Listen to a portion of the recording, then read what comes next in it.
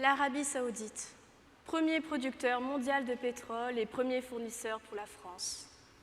Un pays au PIB d'environ 750 milliards de dollars en 2014. Un pays organisateur d'un des plus grands pèlerinages musulmans. Un pays ayant signé plusieurs traités, tels que la Convention internationale des droits de l'enfant, la Convention contre la torture et la Charte internationale des droits de l'homme. Un pays soutenant la France dans la lutte contre Daesh et contre le terrorisme. En effet, Nizar al-Madani, le numéro 2 de la diplomatie de Riyad, était présent le 11 janvier 2015 en France lors des commémorations pour Charlie Hebdo. Et ce pays, dirigé par le roi Salman Ben Abdelaziz Al Saoud, vient d'être nommé à la tête du comité consultatif du Conseil des droits de l'homme à l'ONU pour 3 ans. Ce comité consiste en la nomination des 5 hauts fonctionnaires, experts en matière de défense et d'information sur les droits de l'homme. Quel bon choix que ce pays respecté par la communauté internationale. Mais n'avons-nous pas oublié quelque chose? Ali Amir, depuis le 29 octobre 2015, jour où la sentence est devenue exécutable, la famille de ce jeune chiite, alors âgé de 17 ans en 2012, attend l'annonce de la décapitation et de la crucifixion de ce fils. Ce fils dont les chairs sont condamnées à pourrir sur la place publique. Son crime? Avoir manifesté contre le régime saoudien lors du printemps arabe. Rawef Badawi, condamné à 1000 coups de fouet sur place publique, une amende de 266 000 $, 10 ans de prison et une interdiction de quitter le pays. Son crime? Avoir créé un blog de discussion où il aurait, selon le régime, insulté l'islam. Hamza Kashgari, emprisonné pour un simple tweet. Ou encore, plusieurs avocats condamnés pour avoir critiqué le système judiciaire. Car voilà ce que nous avons oublié de préciser. Le roi Salman Al Saoud dirige une monarchie absolue qui ne tolère aucune contestation, qui refuse tout dialogue avec ses opposants, qui muselle tout usage de la liberté d'expression et qui décapite sans aucun respect pour les textes internationaux qu'il signe malgré tout. C'est pourtant à ce pays que l'ONU donne la charge de faire respecter les droits de l'homme. Ce pays qui punit d'une simple amende celui qui viole, torture et tue la petite Lama, âgée de 5 ans, c'est-à-dire son père, mais qui décapite tous les 2 jours ceux qui luttent pour la liberté d'expression et les droits de l'homme. Mesdames et messieurs, nous nous interrogeons sur les relations qu'entretiennent la France, mais aussi l'ONU, avec un pays qui commet des actes aussi barbares en place publique, mais également dans ses prisons. Nous dénonçons la volonté de fermer les yeux sur de tels crimes au nom d'intérêts économiques ou politiques. En effet, la France négocie des milliards d'euros d'accords et contrats avec ce pays. C'est évident qu'il est important de garder de bonnes relations avec ses alliés. De plus, l'Arabie saoudite est un allié géostratégique essentiel dans ce Moyen-Orient instable, pour la France et pour le monde occidental. Même s'il s'agit d'une dictature sanguinaire? Ce pays muselle la presse, interdit aux femmes de conduire ou de sortir seules, pratique une justice inégale et inéquitable avec des procès de façade et des aveux obtenus sous la torture.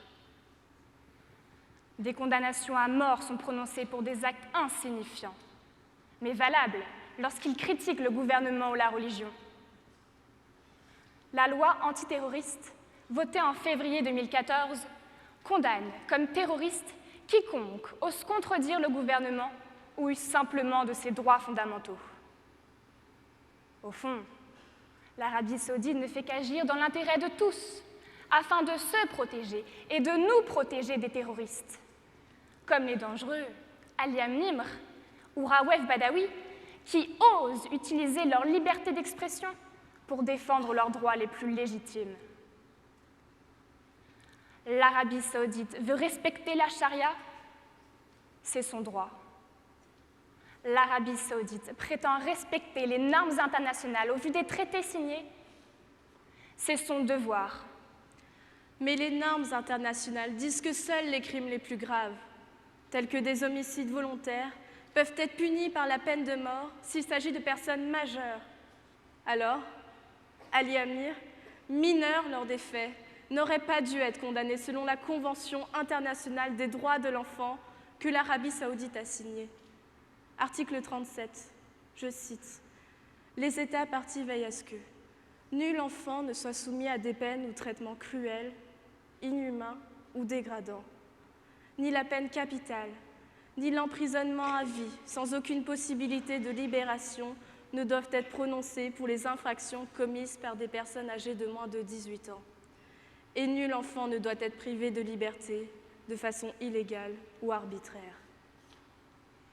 Alors Ali Amir n'aurait pas dû être condamné parce qu'il était mineur, mais surtout parce que son crime n'en est pas un.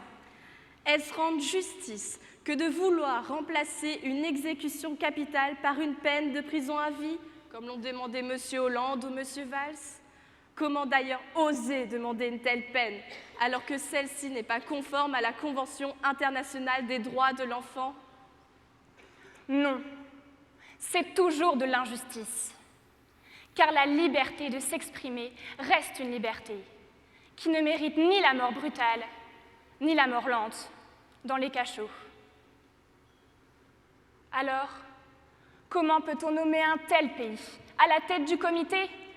Comment peut-on inviter un tel pays à manifester pour la liberté d'expression à Paris? Comment peut-on soutenir un pays aussi cruel que l'État islamique dont nous combattons les pratiques? Alors, mesdames et messieurs, que pouvons-nous faire? Nous demandons tout d'abord de la sincérité et de l'humanité.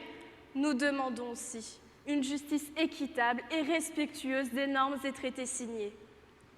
Nous demandons que ces droits, qui sont pour nous si naturels, tels que le droit de pouvoir se défendre, d'avoir un avocat, d'avoir des procès justes, avec des peines appropriées en fonction des crimes commis, soient appliqués à la population d'Arabie saoudite.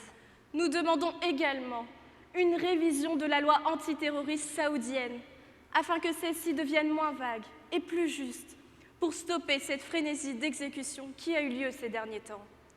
Nous demandons simplement que l'Arabie saoudite devienne un État responsable. Qu'elle mérite le rôle que l'ONU lui a confié et qu'elle a accepté, et qu'ainsi, elle ne décrédibilise pas une organisation internationale en laquelle nous, jeunes lycéennes, voulons faire confiance. Amnesty International a demandé à l'Arabie saoudite de restreindre la peine de mort aux seuls crimes impliquant l'homicide volontaire, conformément aux normes internationales. Cette organisation demande également d'instaurer une réglementation officielle sur la torture et les exécutions, afin d'aboutir, dans un futur que nous espérons proche, à l'abolition totale de la peine de mort. Vous ne voulez pas d'ingérence dans les affaires du royaume? Vous refusez la pression internationale, roi Salman al-Saoud? C'est votre droit. Ingérence, pression internationale, c'est notre devoir. Nous ne prétendons pas faire vaciller la puissante Arabie saoudite, ni faire renoncer la France à ses formidables contrats. Nous aspirons à ce que la puissante Arabie saoudite soit digne aux yeux du monde de la confiance que l'ONU et nous avons placée en elle. Notre devoir, en tant que citoyens du monde, est de défendre les Saoudiens dans leur combat pour la liberté, pour la justice, afin qu'Aliam Nimr, Rawef Badawi et tous les autres anonymes puissent jouir des droits de l'homme dans un état de droit. Merci.